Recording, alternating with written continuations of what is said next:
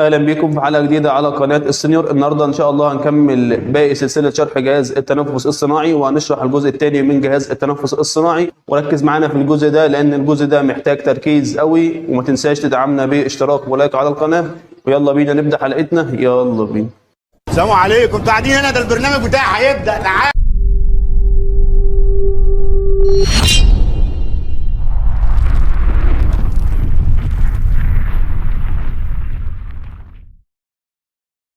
جهاز التنفس الصناعي عندنا بيشتغل حسب درجة وعي المريض، حسب الليفل اوف كونشسنس، وكمان على حسب قدرة المريض على التنفس. عندنا الفنتلوتر مود، عندنا انواع كتير جدا من الفنتلوتر مود، ولكن بتندرج تحت البوزيتيف بريشر فنتيليشن. البوزيتيف بريشر فنتيليشن بنقسمهم عندنا لحاجتين، الفوليوم سايكل والبريشر سايكل. نيجي عندنا بقى الاول حاجة اللي هو الفوليوم سايكل، التهوية بالحجم. هنا بحدد كمية الهواء اللي هتدخل الرئة في النفس الواحد، اللي هي التايدال فوليوم.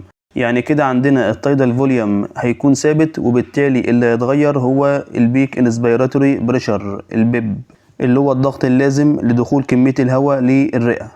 يعني هنا كده الفي تي اللي هو التايدال فوليوم هيكون ثابت، والمتغير هو البيب اللي هو البيك انسبيراتوري بريشر.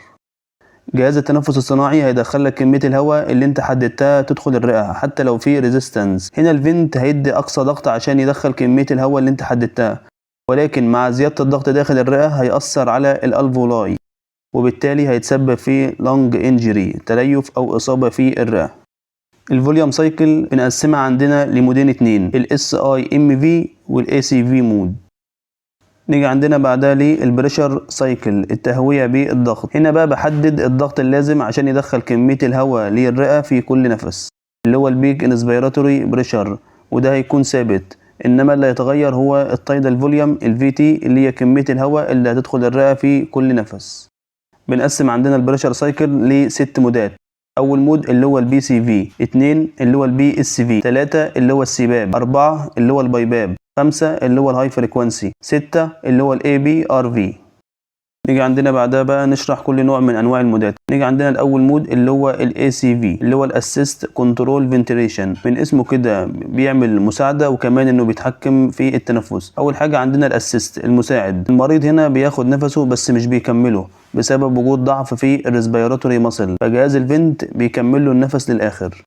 بص معايا في الصوره اللي قدامك دي. في الحاله ديت المريض يدوب بيبتدي النفس، بيعمل انيشيتنج للبريز، ولكن بيبقى عنده ضعف في الريسبيراتوري ماسل، فمش بيقدر انه يكمل النفس للنهايه. وهنا جهاز الفنت بيتدخل وبيساعده انه يكمل نفسه. كمان بيسحب الهواء اللي موجود في الرئه عشان يعمل عمليه الانسبيريشن والاكسبيريشن، يعمل عمليه الشهيق وكمان يعمل عمليه الزفير. وفي الحاله دي بنسميها البيشنت تريجر بريز، لان البيشنت هنا هو اللي بدأ ياخد نفسه والفنت بيكمله النفس. بعد كده بنيجي عندنا للحاجة التانية اللي هي الكنترول فنتيليشن. المريض هنا مش بياخد نفسه خالص، وجهاز الفنت هو اللي بيديله النفس بشكل كامل. بص معايا في الرسمة اللي قدامك دي كده، هتلاقي المريض ما بدأش ياخد نفسه والفنت هو اللي بدأ النفس، فالفنت هنا بيكمل له النفس بشكل كامل، لأن المريض هنا ما بياخدش نفسه خالص. ودي بنسميها الكنترولد أو التايم تريجر بريز، لأن المريض هنا ما بدأش ياخد نفسه والفنت هو اللي بيديله النفس بشكل كامل. خلاصة بقى الاي سي في مود. تعالى بص معايا في الرسمه دي. انت عندك كده الرسمه اللي على الشمال، هنا البيشنت بدا ياخد نفسه والفنت هو اللي بيكمل له النفس، ودي بنسميها البيشنت تريجر بريز. انما في الرسمه اللي على اليمين، هنا البيشنت ما بداش ياخد نفسه والفنت هو اللي بدا يدي النفس، فبيكمل للبيشنت النفس بشكل كامل، لان البيشنت هنا ما بيبداش ياخد النفس نهائيا. ودي بنسميها الكنترولد او التايم تريجر بريز، لان المريض هنا ما بداش ياخد نفسه والفنت هو اللي بيديله النفس بشكل كامل. ودي ميزه من ميزات الكنترول، لان البيشنت هنا لو ما بداش ياخد نفسه الفنت بيكمل له النفس للنهايه. ومن اهم مميزات الكنترول ان لو البيشنت ما بداش ياخد نفسه الفنت هنا بيتدخل ويديله النفس بشكل كامل. ولكن من عيوبه لو البيشنت خد نفس قصير بشكل سريع ومستمر، ان الفنت مش هيفهم ان المريض خد النفس بشكل منتظم ولا لا، وبالتالي الفنت هيتدخل ويدي النفس بشكل سريع، وبالتالي هيسبب ان يحصل هايبر فنتيليشن للمريض، وهتبقى الموجات سريعه زي اللي في الصوره تحت كده. طب ازاي بنعالج المشكله ديت؟ علاجها انك بتدي المريض سيديشن، او الافضل تغير الى مود الاس اي ام في. تاني مود معانا اللي هو مود الاس اي ام في، اللي هو اختصارا ل Synchronized Intermittent Mandatory Ventilation. المود ده بينقسم معانا لحاجتين، اول حاجه سبوتينيوس بريز، تاني حاجه اللي هي الفنتليتور بريز. السبوتينيوس بريز يعني المريض بياخد نفسه بشكل تلقائي والفنت مش بيتدخل بشكل نهائي، انما الفنتليتور بريز المريض مش بياخد نفسه نهائي والفنت هو اللي بيديله النفس بشكل كامل. وتعالى نعرف الفرق ما بينهم. لو جيت بصيت في الرسمه اللي قدامك هتلاقي اجمل ميزه فيها هي السنكرونايزيشن، بمعنى لو المريض اخد نفسه هنا الفنت مش بيتدخل نهائي زي السبوتينيوس بريز اللي قدامك دي، لكن لو المريض ما اخدش نفسه في الحاله ديت الفنت هو اللي هيتدخل وهيدي المريض النفس بشكل كامل اللي هي الفنتليتور بريز. بعد كده بنيجي عندنا لشرح البريشر سايكل، واول مود معانا فيه اللي هو البي سي في، ده اختصارا للبريشر كنترول فنتيليشن. في المود ده انا بحدد البريشر اللي انا عاوزه والفنت هو اللي بيدي النفس، يعني الضغط هنا هيكون ثابت اللي هو البيب اللي هو البيك انسبيراتوري بريشر، واللي هيتغير هو التايدال فوليوم. في المود ده الانسبيراتوري تايم بيكون اطول من الاكسبيراتوري تايم. طب ايه السبب؟ ودي خليها اقولها لك في الاخر. ده انت عيل قليل الادب والادب مش هينفع معاك. خلاص يا عم كده ما تزقش، هقولها لك. جبارة. لان ده بيسمح لي الفلوريت انه يوصل للزيرو ليفل في نهايه الانسبيريشن، وده بيحسن لك الفنتيليشن والاكسجينيشن. طب ايه هي مميزاته؟ من اهم مميزاته انه بيتحكم لي في الالفولاي بريشر اللي هو الضغط الموجود داخل الحويصلات الهوائيه، وبالتالي هيقلل لي اللنج انجري اللي هي اصابه الرئه. ايه تاني؟ كمان من مميزاته البيشنت كومفورت، بيخلي المريض يحس بالراحه، وده لان الانسبيراتوري تايم اطول من الاكسبيراتوري تايم.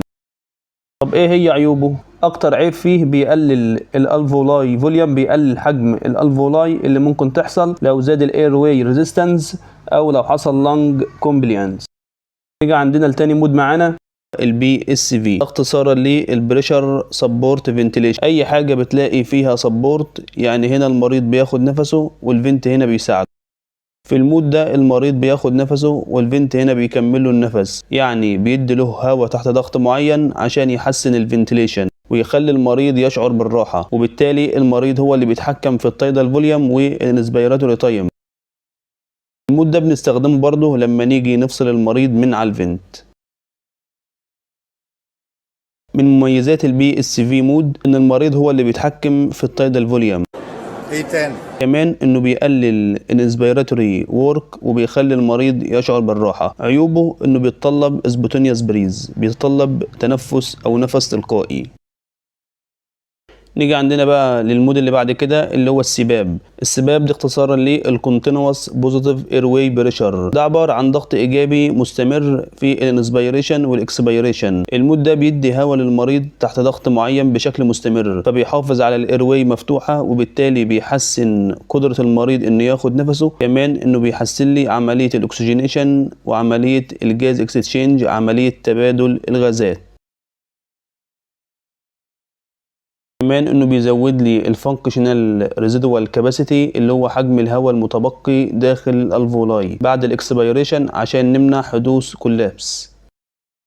بنوصله بقى بطريقتين، الطريقه الاولى اما انفيزيف وده عن طريق الاندوتراكيال تيوب او بركب تراكستومي. الطريقه الثانيه اللي هي النون انفيزيف وده عباره عن فيس ماسك بثبته بطريقه معينه على وش المريض.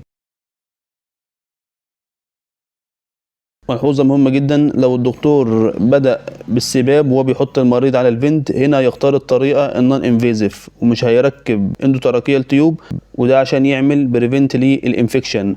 من اشهر الحالات اللي بنستخدم السباب معاها هي حالات الاوبستراكتيف سليب ابنيا. الحاله ديت مجرى التنفس بتاعها بيقفل اثناء النوم، يعني ما بيعرفش ياخد نفسه، والمود ده بيدي اكسجين بشكل مستمر. الحاله الثانيه اللي هي حاله السي او بي دي اللي هي الكرونيك اوبستراكتيف بالمونري ديسيز. في الحاله دي بيكون صدر المريض مخليه مش عارف يتنفس، ودايما الاكسبيريشن بياخد وقت اكتر من الانسبيريشن، ونتيجه لكده بيكون في سي او 2 كتير جوه.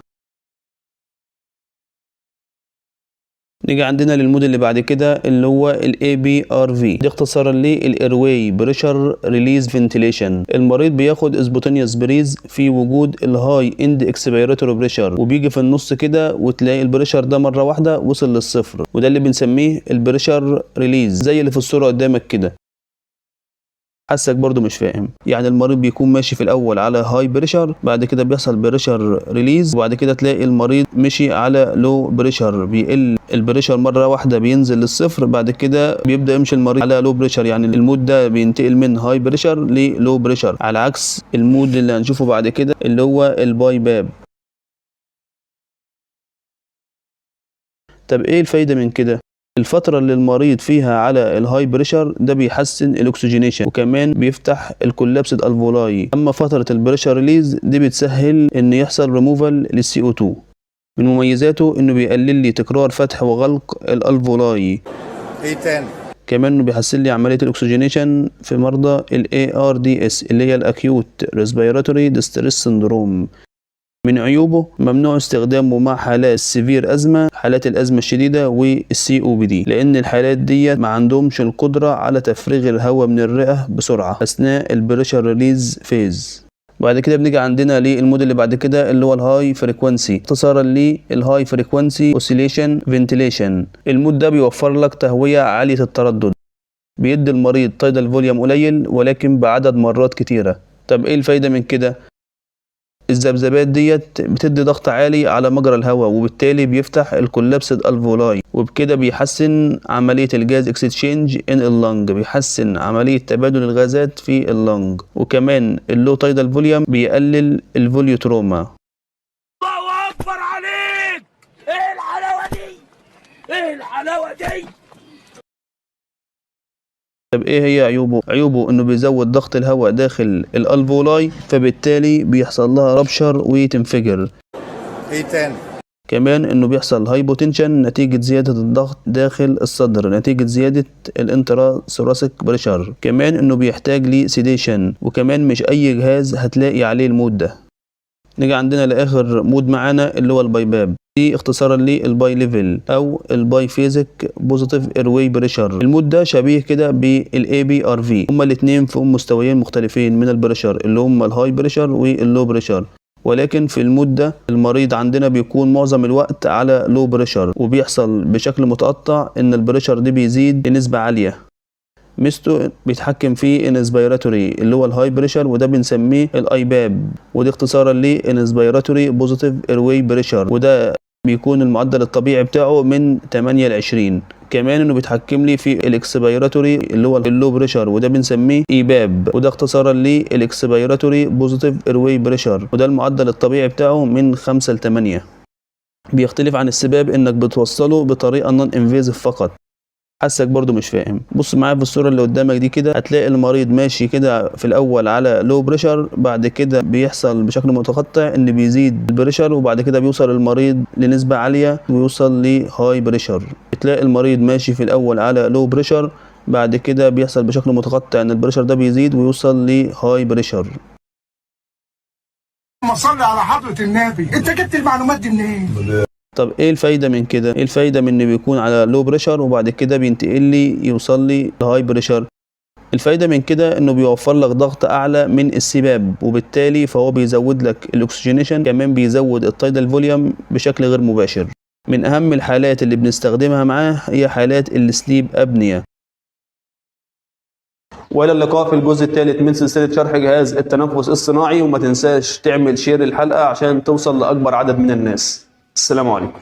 مع السلامة، مع ألف سلامة، خلي بالك من نفسك، هتوحشني يا حبيب قلبي، مع ألف سلامة.